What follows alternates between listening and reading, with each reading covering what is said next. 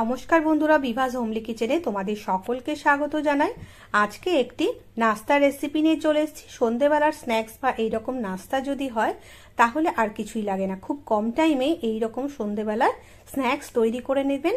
মাত্র 10 মিনিটেই তৈরি করে নিন রাউন্ড সামোসা। খেতে দারুণ টেস্টি, ছোট থেকে বড় সকলেরই খুব পছন্দের এই রাউন্ড সামোসা তৈরি করার জন্য সবার প্রথমে একটা বাটি নিয়ে নিতে হবে। তার মধ্যে দিয়ে দিতে হবে 1 কাপ ময়দা, আর দিয়ে দিচ্ছি হাফ টিস্পুন নুন, আর 2 টেবিল চামচের মতো রিফাইন অয়েল দিয়ে ময়দাটাকে খুব ভালো করে হাত দিয়ে ময়াম দিয়ে নিতে হবে। ময়াম দিতে দিতে যখন এটা একদম মুঠো হয়ে আসবে ততক্ষণ পর্যন্ত ময়াম দিতে হবে। আর মুঠোটা যেন চাপ দিলেই ভেঙে যায়, ঠিক এই রকম টাইপের ময়াম দেওয়ার পরে এর মধ্যে অল্প অল্প জল মেশাতে হবে। জল মিশিয়ে আটার যেভাবে আমরা ডো তৈরি করি ঠিক সেই রকম শক্ত একটা ডো তৈরি করে নিতে হবে।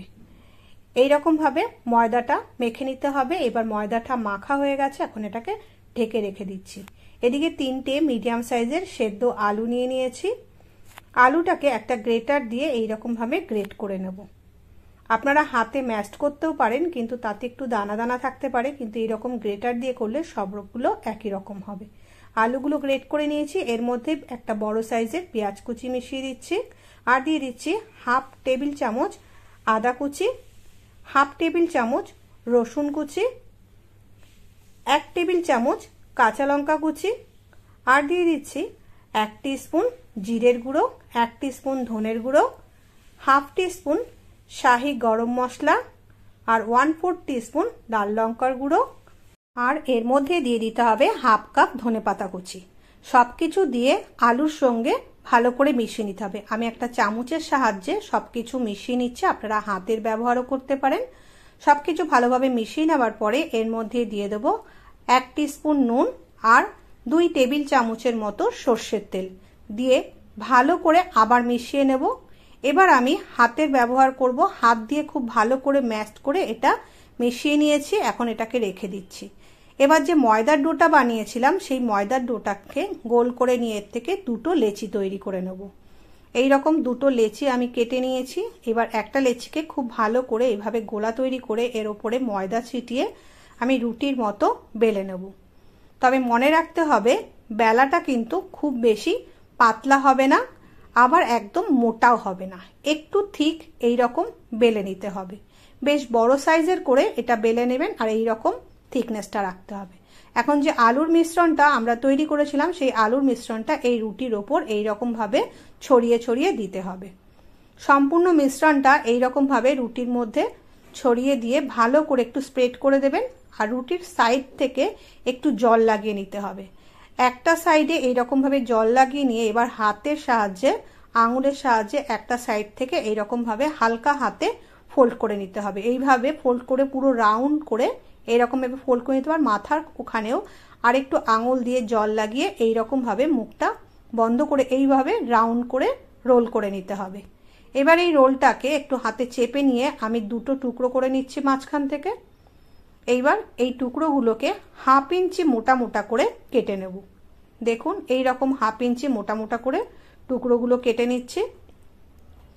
এইরকম ভাবে খুব হালকা হাতে এই রোলগুলো কাটতে হবে যাতে এটা চেপে না যায়, একদম গোল রাউন্ড যেন থাকে। এইরকম ভাবে কেটে নেবেন। এবার হাতের সাহায্যে একটু চেপে নিতে হবে যাতে আলুর যে পুরটা ভেতর থেকে বেরিয়ে না আসে। এখন একটা ময়দার ব্যাটার তৈরি করব। এর জন্য একটা বাটির মধ্যে হাফ কাপ ময়দা নিয়ে নিচ্ছি, আর এর মধ্যে 1 টিস্পুন নুন, আর দিয়ে দিচ্ছি প্রায় 1.5 কাপের মতো জল। জল দিয়ে খুব ভালো করে ময়দাটা জলের মধ্যে গুলে নেব। এইরকম পাতলা ব্যাটার তৈরি করার পরে যে রাউন্ড সামোসাগুলো তৈরি করেছিলাম হাতে চেপে নিয়ে এই ব্যাটারের মধ্যে এরকম ভাবে ডিপ করে নিতে হবে। নিয়ে তেল গরম করে মিডিয়াম ফ্লেমে এক এক করে এই রাউন্ড সামোসাগুলো দিয়ে দিতে হবে। দিয়ে মিডিয়াম ফ্লেমে উল্টে পাল্টে ভাজতে হবে। প্রত্যেকটা সামোসা এই ব্যাটারের মধ্যে ডিপ করে এইরকম ভাবে দেওয়ার পরে মিডিয়াম ফ্লেমে রেখে উল্টে পাল্টে 2টো সাইডে হালকা গোল্ডেন কালারের করে ভেজে নিতে হবে। আমার এগুলো ভাজতে প্রায় 3 থেকে 3.5 মিনিটের মতো সময় লেগেছিল, বা 4 মিনিটও লাগতে পারে। এরকম করে ভেজে তুলে নিন। হালকা গোল্ডেন কালারের হলে ভেজে তুলে নিয়ে সসের সাথে পরিবেশন করুন। খেতে কিন্তু দারুণ টেস্টি হয়। সন্ধ্যের স্ন্যাক্স হিসাবে এটা আপনারা ব্যবহার করতে পারেন। আর বাচ্চারা কিন্তু খুবই খুশি হয় এই রকম সন্ধ্যের স্ন্যাক্স পেলে, বা বাড়িতে কোনো অনুষ্ঠান হলে আপনারা যদি হিউজ পরিমাণে কিছু বানাতে চান তাহলে এই রকম রাউন্ড সামোসাগুলো বানিয়ে পরিবেশন করতে পারেন।